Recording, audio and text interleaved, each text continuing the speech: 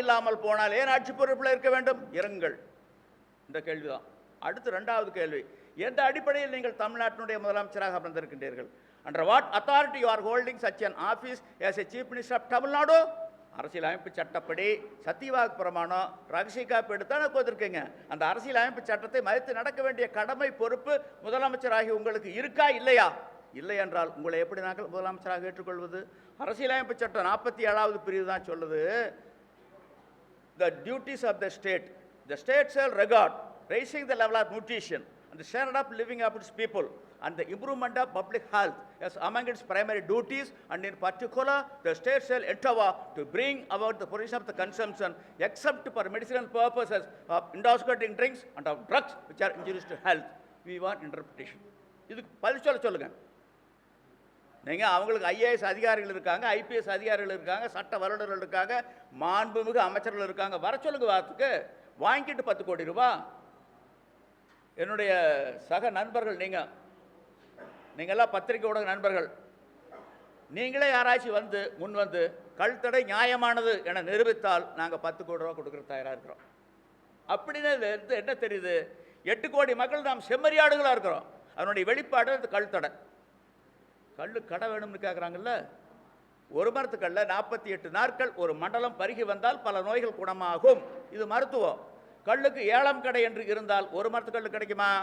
வாய்ப்பே இல்லை. பல மரத்துக்கல் தான் கிடைக்கும். அதுவும் அது கலப்படக்கல்லாக தான் இருக்கும். அப்படி ஒரு நிலை வருகின்ற பொழுது அரசியலமைப்பு சட்டம் 47வது பிரிவில் சொல்லப்பட்டிருக்கும், except for medicinal purposes of intoxicating drinks and of drugs which are injurious to health. இந்த வரி பொருளுக்கு போய்விடுகிறது. ஆகவே அரசியலமைப்பு சட்டப்படி கல்லுக்கு தடையும் கூடாது, கடையும் கூடாது, உணவாக அறிவித்து விட வேண்டும். இன்னைக்கு 2021 எடப்பாடி பழனிசாமி முதலமைச்சராக இருந்தபோது அந்த தேர்தல் ஆணையம் தேர்தல் தேதியை அறிவிப்பதற்கு முன்பாக அவரை பார்த்து சொன்னான், ஐயோ ஒரு அறிவிப்பு வெளியிடுங்க, நீங்கள் ஆட்சி தக்க வச்சுக்கலாம். பனை, தென்னை, ஈச்ச மரங்கள் இருந்தால் அவற்றிலிருந்து நீராவாகவோ கல்லாகவோ பதநீராகவோ இறக்கியும் குடித்தும் விற்றும் கொள்ளலாம். இவற்றை மதிப்பு கூட்டப்பட்ட பண்டங்களாக மாற்றி உள்நாட்டிலும் உலக அளவிலும் சந்தைப்படுத்தியும் கொள்ளலாம். அரசினுடைய தலையீடு குறுக்கீடு இருக்காது. ஏலம் கடை இல்லவே இல்லை. அதே நேரத்தில் கலப்படம் போன்ற தவறுகள் நடப்பதாக கண்டறியப்பட்டால் கடுமையான தண்டனை இருக்கும் என்று அறிவிப்போடு நிறுத்திங்க. இளைஞர்கள் வேலைவாய்ப்பு இல்லாத பலர் வேலைவாய்ப்பு அலுவலகத்தில் பதிவு பண்ணி காத்திருக்காங்க. அருமையான வேலைவாய்ப்பு. இதுக்கு மின்சாரம் தேவையில்லை. இதுக்கு சுற்றுச்சூழலை பாதிக்காத ஒரு தொழில். பவுச்சில், பாட்டில்களில், டின்களில், டப்பாக்களில், டெட்ரா பேக்கிங்கில் அடைச்சு பல நாடுகளுக்கு, மேலை நாடுகளில், வளர்ந்த நாடுகளில், தலைநகரங்களில், நட்சத்திர விடுதிகளில், பன்னாட்டு விமான தளங்களில் சந்தைப்படுத்துகின்ற பொழுது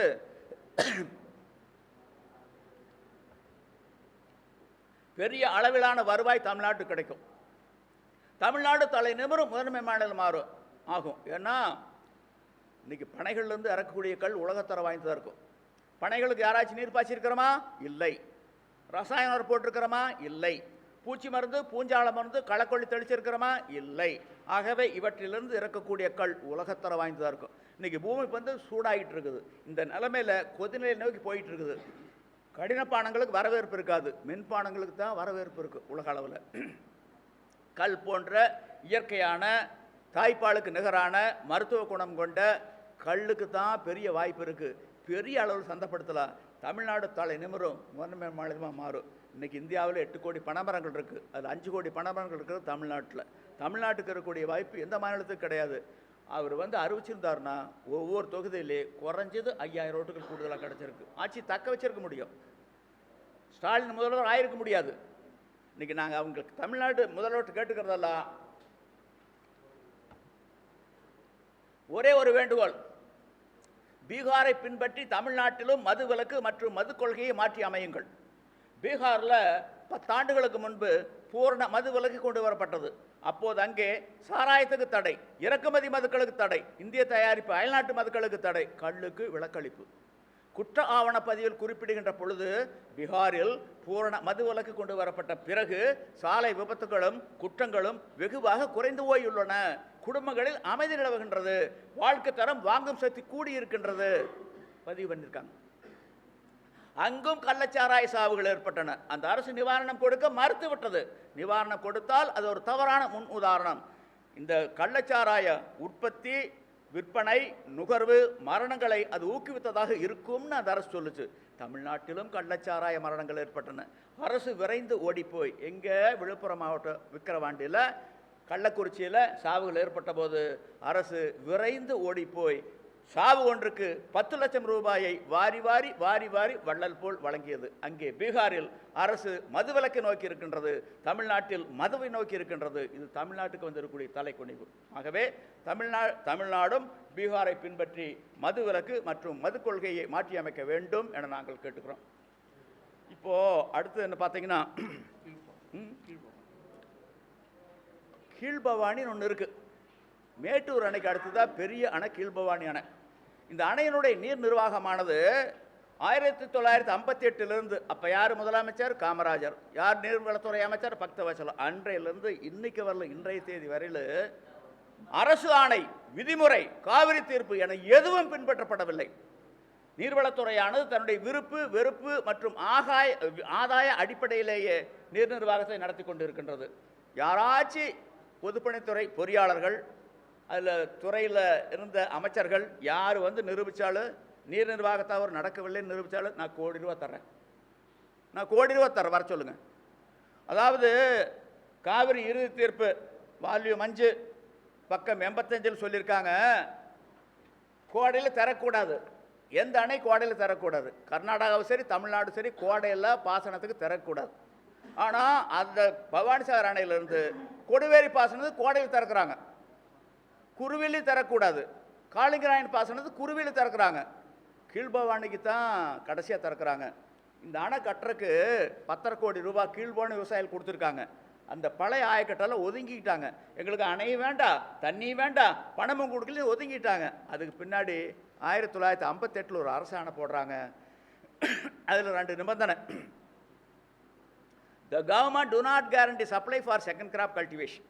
ரெண்டாவது போகத்துக்கு அரசாங்கம் உத்தரவாதம் கொடுக்காது. ரெண்டாவது நிபந்தனை, during the scarcity period water will be supplied for second crop only after meeting the demands of the legitimate ayacut under the lower Bhavani project. தண்ணீர் தட்டுப்பாடு நிலவும் காலங்களில் சட்டப்படி உரிமை பெற்ற கீழ்பவானி பாசனத்தினுடைய தேவையை பூர்த்தி செய்த பிறகுதான் ரெண்டாவது போகத்துக்கு விடணும் அவங்களுக்கு. ஆனால் என்ன பண்ணிட்டாங்க, இந்த அரசாணை மூடி மறைச்சிட்டு திறக்கும் போதே அங்கே 2 போகம்னு திறக்கிறது, இங்கே திறக்கும் போதே 3 போகம்னு திறக்கிறது. இது வரல 18 போக கடலை சாகுபடி இழந்திருக்கிறோம், 8 போக நெல் சாகுபடி இழந்திருக்கிறோம்.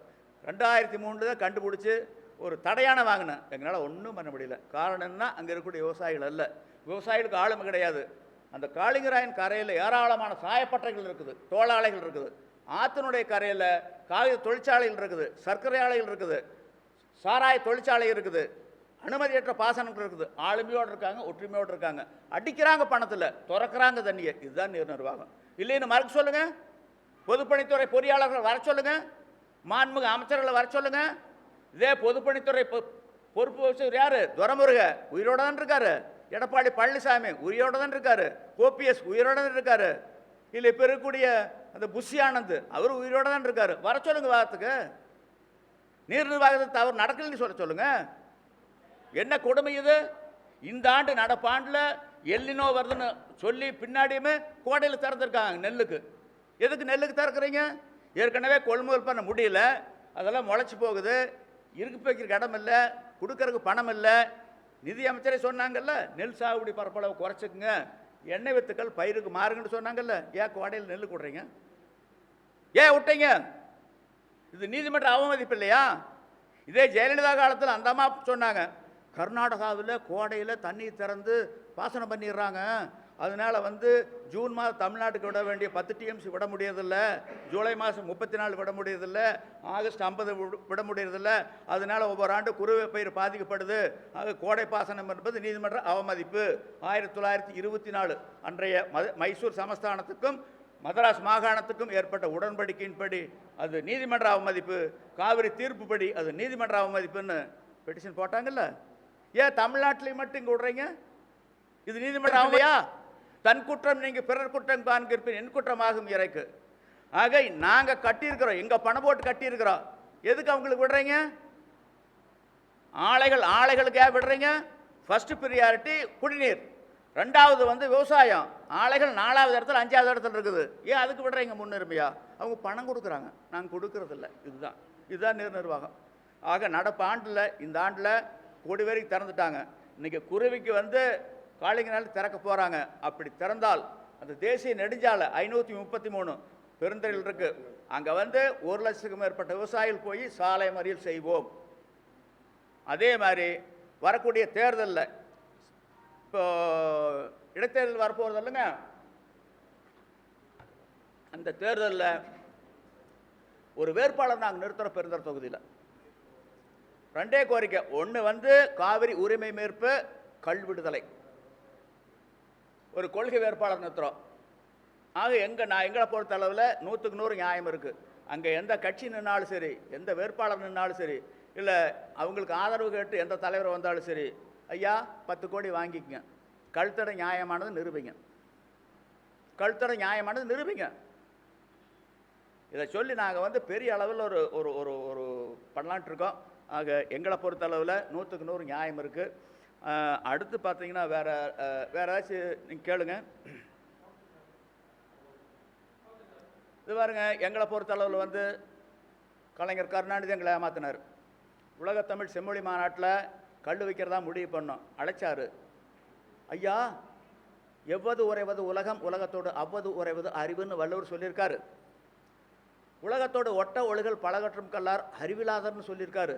அந்த சொல்லு முதலமைச்சராகி தங்களுக்கு வரலாங்களா ஐயா? ஐயா, கல்லுக்கு இருக்கக்கூடிய தடை நீக்குங்க ஐயா அப்படின்னு கேட்டதுக்கு, கல் முக்கியமானது, அவசியமானது, தேவையானது, கவனிக்கிறேன், இப்போதைக்கு உலகத்தமிழ் செம்மொழி மாநாட்டை சிறப்பாக நடத்துவோம், ஆதரவு தாருங்கள்னாரு. என்ன ஆதரவு கொடுத்தாருன்னு எல்லாத்துக்கும் தெரியும்.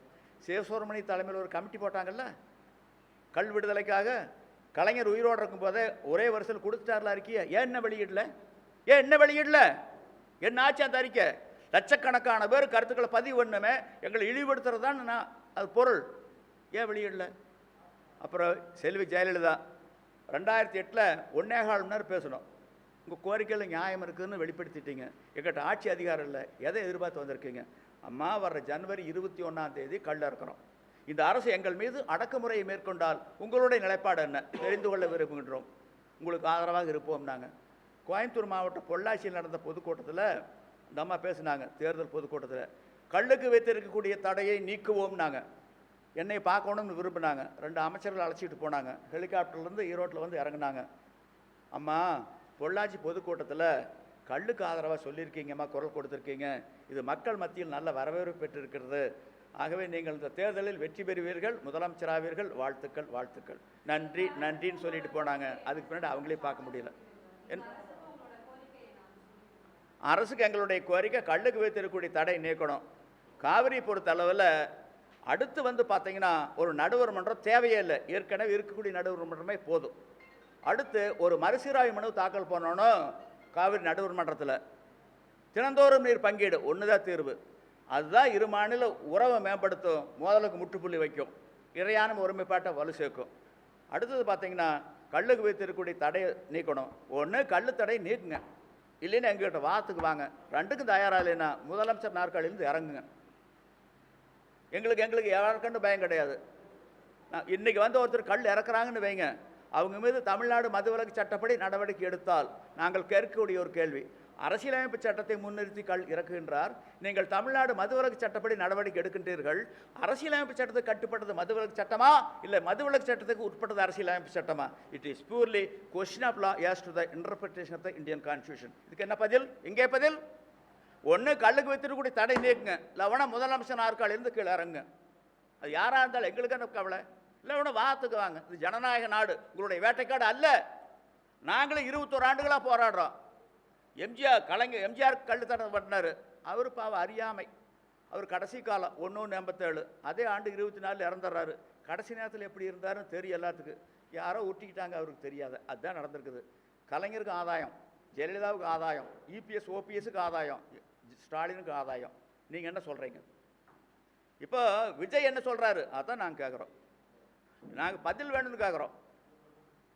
அரசியலமைப்பு சட்டத்தை மதித்து நடக்க கற்றுக்கொள்ளுங்கள். இல்லைன்னா வாத்துக்கு வாங்க, வாங்கிக்கங்க 10 கோடி. இதே சென்னையில் அசுமேத யாங்கள் நடத்தணுமல்ல, யார் வந்தா? யார் வேணாலும் வரலாம். 8 கோடி மக்களில் கழுத்தடை நியாயமானது நிரூபித்தால் 10 கோடி பரிசு. வேறு ஐயப்பாடு இல்லைங்களா?